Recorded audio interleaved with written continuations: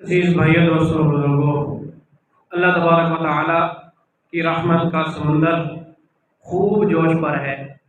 ایک ہوتا ہے دریا کا بہنا، ایک ہوتا ہے سمندر کا بہنا۔ عموماً دنیا میں ممکن نہیں، لیکن جب اس کی نسبت اللہ تبارک و تعالی کی رحمت کے خزانوں کے ساتھ کی جائے تو یہ ممکن بھی ہے۔ اور اس کے اندر رحمت کا ایسا سونامی آیا ہوا ہے کہ یہ کسی کو چھوڑے گا نہیں، ہر کسی کو اپنی رحمت کے ساتھ بہا لے گا، اپنی رحمت میں ڈبو لے گا۔ شرط صرف یہ ہے کہ اپنی طرف سے چھوٹی سی کوشش اللہ کی طرف پیش کی جائے۔ اپنی طرف سے کوشش ہوگی تو پھر اللہ تبارک و تعالیٰ تو عام دنوں میں بھی اتنے مہربان ہیں کہ حضور نبی کریم صلی اللہ علیہ وسلم کی حدیث مبارکہ ہے کہ جو شخص اپنے بستر پر جانے سے پہلے 3 مرتبہ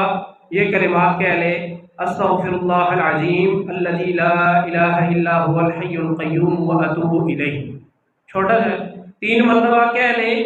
تو اس کے سارے گناہ معاف ہو جائیں گے، چاہے وہ سمندر کی جھاگ کے برابر کیوں نہ ہو، چاہے وہ مقام عالج کی ریت کے ذرات کے برابر ہی کیوں نہ ہو، اور چاہے وہ دنیا کے اندر جتنے بھی دن اور رات آنے ہیں اس کے برابر ہی کیوں نہ ہو، 3 مرتبہ اگر یہ کہہ لے گا تو اس کی گناہ معاف ہو جائیں گے۔ اسی طرح فرمایا کہ جو شخص، یہ عام دنوں کی بات ہے، جو شخص فرض نماز کے بعد چوتھا کلمہ ہے لا الہ الا اللہ وحدہ لا شریک لہ لہ الملک ولہ الحمد یحیی ویمیت وہو حی لا یموت بیدہ الخیر وہو علی کل شیء قدیر، یہ الفاظ کہہ لے گا اس کے بھی سارے گناہ معاف ہو جائیں گے، چاہے وہ سمندر کی جھاگ کے برابر ہی کیوں ہو۔ اب آپ کہیں گے کہ اس نے اس کے اندر ابدا یہ ذوالجلال والاکرام یہ کیوں نہیں پڑھا؟ تو اصل میں مسئلہ یہاں پر ہمیں یہ سمجھ لینا چاہیے کہ بر صغیر پاک و ہند میں جس وقت اسلام آیا تو اس وقت یہاں کے مسلمان زیادہ تر نو مسلم تھے اور عربی جاننے کا فقدان تھا، عربی بہت زیادہ نہیں جانتے تھے۔ تو جو علماء کرام عربی جانتے تھے انہوں نے مختلف مواقع کی دعاؤں کو، اذکار کو کلمے کا نام دے کر عقائد اس میں شامل کر کے لوگوں کو یاد کرنے کے لیے دے دیے تاکہ وہ اس کو یاد کر لیں، اور جب کبھی اللہ تبارک و تعالیٰ توفیق دے تو یہ عقائد ان کی زندگی میں، یہ اعمال ان کی زندگیوں میں آ جائیں۔ تو اس وجہ سے انہوں نے اس کے اندر کچھ چیزیں وہ ڈالی جو باقاعدہ طور پر احادیث مبارکہ سے ثابت تھی، اور بعض چیزیں ایسی ہیں جو احادیث مبارکہ سے، قرآن کریم سے ثابت تو ہیں لیکن وہ بعین ہی ان الفاظ کے ساتھ ہمیں وہاں پر نہیں ملتی۔ جیسے یہ چوتھا کلمہ ہے حدیث مبارکہ جس میں یہ ذکر ہے کہ جو فرض نمازوں کے بعد یہ کلمہ پڑھ لیتا ہے، لیکن اس میں یہ ابدا ذوالجلال والاکرام کے الفاظ نہیں ہیں، حالانکہ آپ عقیدے کے اعتبار سے درست ہیں۔ یحیی و یمیت وہو حی لا یموت، وہ حی ہے، زندہ ہے، لا یموت، کبھی بھی نہیں مرے گا، ابدا ہمیشہ ہمیشہ کے لیے اس کی یہ صفت ہے۔ ذوالجلال والاکرام بہت بڑے درجے والا ہے، بہت بڑے مرتبے والا ہے، تو یہ بات غلط نہیں ہے۔ اس کو یوں سمجھنا چاہیے کہ یہ جو کلمے ہیں یہ بعین ہی انہی الفاظ کے ساتھ حدیث مبارکہ سے بعض ثابت ہے اور بعض کا مفہوم ثابت ہے۔ تو اسی طرح اللہ تبارک و تعالیٰ کی رحمت تو عام دنوں میں بھی ایسی ہے کہ جو شخص نماز کے لیے گھر سے وضو کر کے چلتا ہے تو ہر قدم پہ اس کا ایک نیکی مل رہی ہے، ایک گناہ معاف ہو رہا ہے، چاہے وہ 1000 قدم چل کے آ جائے، ایک درجہ اللہ کے نزدیک اس کا بلند ہو رہا ہے۔ پھر رمضان میں تو 70 درجے زیادہ ہے۔ پھر رمضان میں جتنی عبادتیں ہیں، من صام رمضان ایمانا واحتسابا غفر له ما تقدم من ذنبہ، کہ جس نے روزہ رکھا ایمان کی حالت میں اللہ تبارک و تعالیٰ سے ثواب کی امید میں تو اس کے پچھلے سارے گناہ معاف۔ اور دوسری عبادت تراویح والی، فرمایا من قام رمضان ایمانا واحتسابا غفر له ما تقدم من ذنبہ، جس نے رمضان کی راتوں میں قیام کیا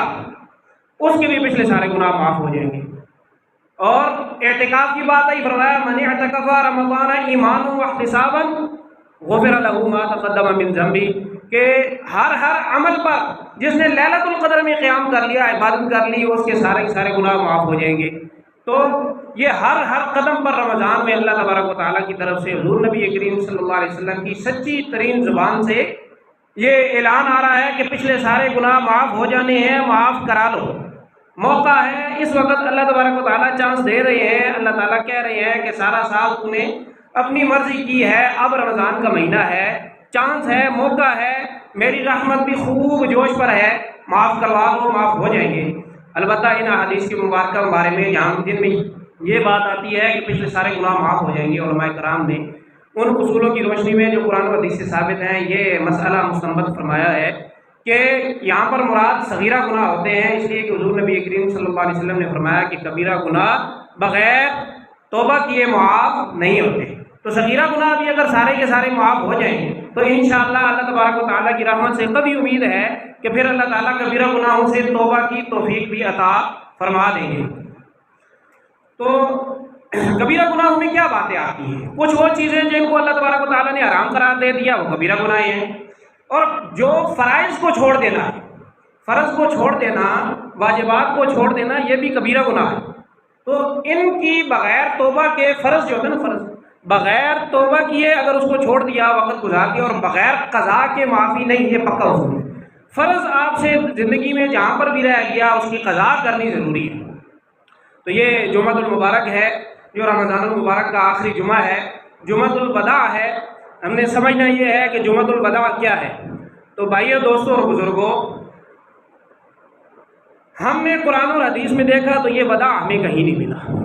کیوں؟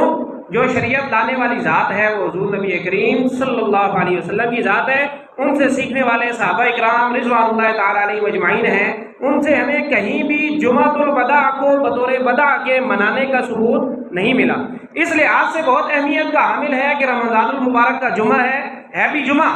جو سید الایام ہے، تمام دنوں کا سردار ہے، اور اس کی بڑی فضیلتیں ہیں عام حالات میں بھی۔ مثال کے طور پر جمعہ کے دن فوت ہونے کے والے کے بارے میں ایک حدیث مبارکہ میں آیا ہے کہ قبر میں اس سے سوال و جواب نہیں ہوں گے، اور 6 لاکھ افراد کو اللہ تبارک و تعالی جمعے کے دن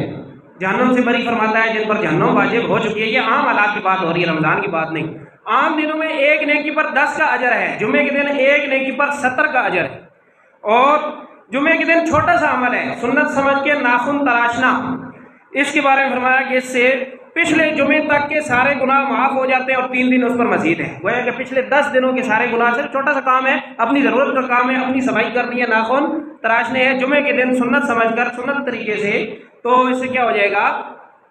10 دن کی گناہ معاف ہو جائیں گے۔ جو جمعے کے دن سنت سمجھ کر امامہ باندھتا ہے اس کے بارے میں فرمایا کہ اللہ اور اس کے فرشتے اس کے لیے رحمت بھیجتے ہیں، فرشتے دعا کرتے ہیں کہ یا اللہ اس پر رحمت فرما، اور اللہ تبارک و تعالیٰ ڈائریکٹ اس پر رحمت فرما دیتے ہیں۔ جمعے کے دن جو نماز کے لیے جلدی آتا ہے اس کے لیے حج کا ثواب ہے، اور جو نماز پڑھ کے عصر تک بیٹھا رہتا ہے اس کے لیے عمرے کا ثواب ہے۔ جمعے کے یہ فضائل ہیں، اور یہ واقعتاً ثابت ہیں کہ جمعہ حج المساکین ہے۔ ایک حدیث میں ہے حج الفقراء، مسکینوں اور فقیروں کا حج وہ جمعہ ہے، جمعے کے اندر وہ اپنے تمام گناہوں کو معاف کروا سکتے ہیں۔ یہ تو عام جمعے کی بات ہے، پھر اوپر سے یہ رمضان ہے جس میں ہر چیز 70 گنا بڑھ گئی ہے، تو بہت بڑی بات ہے۔ لیکن جو ہستی شریعت لے کر آئی ہے اور جن صحابہ کرام نے ہم تک شریعت پہنچائی ہے، اس میں اس کے بارے میں کسی غم کا اظہار کہ جمعہ الوداع ہے جی ہم حسرت کریں۔ عام دنیا کے بھی قاعدہ ہے کہ جب ہمیں کوئی نعمت ملتی ہے، کسی کے گھر پہ بیٹا پیدا ہو گیا، یا کوئی کسی بڑی کلاس میں چلا گیا، کسی نے کوئی کار خرید لی، یا کوئی دنیا کی نعمت مل گئی، تو اس نعمت کے ملنے پر اس کی خوشی کی جاتی ہے، جس وقت وہ ملتی ہے ملنے پر اس کی خوشی کی جاتی ہے، اور اس کو استعمال کیا جاتا ہے، زیادہ سے زیادہ اسے نفع حاصل کیا جاتا ہے۔ تو یہ رمضان المبارک کا جمعہ یہ ہمارے لیے اللہ تبارک و تعالیٰ کی طرف سے نعمت ہے۔ ہم نے اس کے اندر زیادہ سے زیادہ اعمال کر کے اللہ تبارک و تعالیٰ کے قریب ہونے کی کوشش کرنی ہے، تقویٰ کے حصول کی کوشش کرنی ہے، نہ کہ افسوس میں اور حسرت میں اس کو ضائع کر دینا ہے کہ افسوس کرتے رہے، اور کچھ لوگ پھر اس میں پڑھتے رہتے ہیں الوداع الوداع رمضان۔ اس کی بجائے آپ ذکر کریں، چھوٹا سا کلمہ ہے سبحان اللہ و بحمدہ، 1,24,000 نیکیاں، 100 بار پڑھ لے، کروڑ سے اوپر نیکیاں۔ لا الہ الا اللہ وحدہ لا شریک لہ احد الصمد لم یلد ولم یولد ولم یکن لہ کفوا احد، 1 لائن کا کلمہ ہے، ایک بار پڑھ لے 20 لاکھ نیکیاں ہیں، اور پھر 70 کے ساتھ ضرر دے لے رمضان کی نسبت سے۔ تو عام دنوں میں اگر اس کو 5 بار پڑھ لیں تو 1 کروڑ نیکی ہے، تو وہ کیوں نہیں کرتے بجائے اس کے کہ ہم وہ کام کریں جو کہ حضور نبی کریم صلی اللہ علیہ وسلم سے ثابت ہی نہیں، اور جو کام حضور نبی کریم صلی اللہ علیہ وسلم سے ثابت نہیں اس کو دین سمجھ کے کر رہے ہیں۔ تو خطبے میں بھی روزانہ ہر جمعے کو یہ حدیث پڑھی جاتی ہے ایاکم والبدع، ایاکم ومحدثات الامور، نئے نئے کام دین میں پیدا کرنے سے بچو، بدعت سے بچو، اس لیے کہ فإن كل بدعة ضلالة، اس لیے کہ ہر بدعت گمراہی ہے۔ یہ کون کہہ رہا ہے؟ میں نہیں کہہ رہا، کوئی مولوی نہیں کہہ رہا، یہ قول مبارک ہے حضور نبی کریم صلی اللہ علیہ وسلم کا کہ دین کے اندر جو بدعت پیدا کرے گا، دین کے اندر نیا کام، دین کے اندر، دنیا کی بات نہیں ہے۔ پھر لوگ دھوکہ دیتے ہیں کہ جی وہ جی یہ جو آپ مسجد میں لائٹ لگائی ہے یہ بھی بدعت ہے، یہ جو پنکھا ہے یہ بھی بدعت ہے، آپ خود ہی بدعت ہو۔ تو ہم تو دین کے اندر ایسے شامل تو نہیں ہے کہ دین کا رکن ہو۔ تو دین کے اندر کوئی نیا کام ایجاد کرنے سے بچو، اس لیے کہ فَإِنَّ كُلَّ بِدْعَةٍ ضَلَالَةٌ وَكُلُّ ضَلَالَةٍ فِي النَّارِ، ہر بدعت گمراہی ہے اور ہر گمراہی جہنم میں لے کر جانے والی ہے۔ تو اس کے اندر پھر مزید اب احکام بتانے والی ذات حضور نبی کریم صلی اللہ علیہ وسلم کی، اللہ تعالیٰ کا پیغام لے کر آنے والی ذات حضور نبی کریم صلی اللہ علیہ وسلم کی، انہوں نے کبھی نہیں بتایا کہ رمضان کا آخری جمعہ آئے گا، اس کے اندر اس طریقے سے 4 رکعت نماز پڑھ لینا تو تمہاری ساری عمر کی قضا نمازیں معاف ہو جائیں گی۔ آج کا مسلمان خود سے اپنے پاس سے گھڑ کے کہتا ہے جی یہ، جب حضور نے نہیں بتایا تو آپ کو کیسے پتہ چلا؟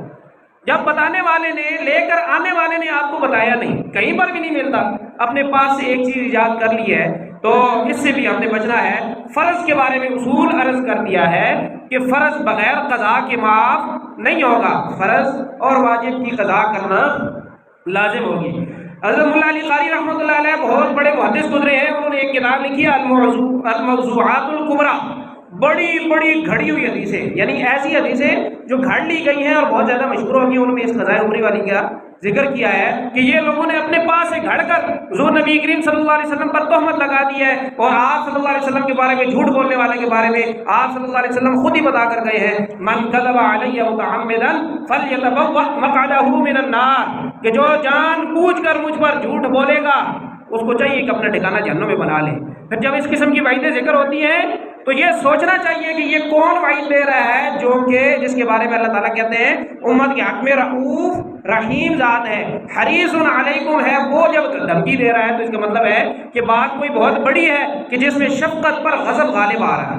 تو حضور نبی کریم صلی اللہ علیہ وسلم کا جو دین ہے اس کو اسی طرح سے اس پر عمل کرنا ہے جس طرح سے حضور صلی اللہ علیہ وسلم نے بتایا ہے۔ پھر یہ ایک حدیث مبارکہ ہے اس کے بھی مخالف ہے، جمعۃ الوداع پر غم منانا، حدیث مبارکہ سب نے سنی ہے، روزہ دار کے لیے 2 خوشیاں ہیں، ایک اس کے افطار کی وقت اور جس وقت روزہ ختم ہوتا ہے، عید کی طرف جا رہے ہیں، اللہ تبارک و تعالیٰ نے عید رکھ دی روزہ ختم ہونے پر، عید کا معنی ہی خوشی ہے، اور عید کے دن اللہ تبارک و تعالیٰ کی طرف سے یہ دعوت ہے۔ اگر عید کے دن کو بندہ روزہ رکھتا ہے اور خوشی نہیں مناتا، بھوکا رہتا ہے کہ میں روزہ رکھوں گا، تو یہ حرام ہے، خوشی نہ منانا حرام ہے۔ اللہ تبارک و تعالیٰ تو خوشی دے رہا ہے اور یہ اس سے پہلے ہی جمعۃ الوداع کو افسوس کا اظہار کر رہا ہے۔ تو عرض کرنے کا مقصد یہ ہے کہ جمعۃ الوداع کی اپنی بڑی اہمیت ہے، جمعہ سید الایام ہے، رمضان سید الشہور ہے، جمعہ دنوں کا سردار ہے، رمضان مہینوں کا سردار ہے، اور جمعہ مسلمان مومن جو فقیر ہیں ان کے لیے حج ہے، اور رمضان اللہ کا مہینہ ہے، ان کی بڑی اہمیت ہے، لیکن اس کو بطور جمعۃ الوداع منانے کی کوئی اہمیت نہیں ہے۔ تو اعتکاف کرنے والے حضرات بہت ہی مبارک کے مستحق ہیں، اللہ تبارک و تعالیٰ نے ان کو اپنے پاس آنے کی توفیق عطا فرمائی، اور اعتکاف میں بیٹھ جانا، صرف آ کے بیٹھ جانا ہی یہ قبولیت کی دلیل ہے، اس لیے کہ اللہ نے منظور کیا ہے تو اس کو اپنے گھر میں آنے کی اجازت دی ہے، اللہ تبارک و تعالیٰ نے اس کو اپنے پاس رتبہ بنایا ہے تو اس کو اپنے گھر میں آنے کی اجازت دی ہے۔ تو اعتکاف کرنے والے ہر وقت مسجد میں ہوتے ہیں، نماز کے انتظار میں ہوتے ہیں، تو جو شخص مسجد میں جا کر نماز کے انتظار میں بیٹھ جائے، عام دنوں کی بات ہے، رمضان اور اعتکاف بہت بڑی باتیں ہیں، تو اس کے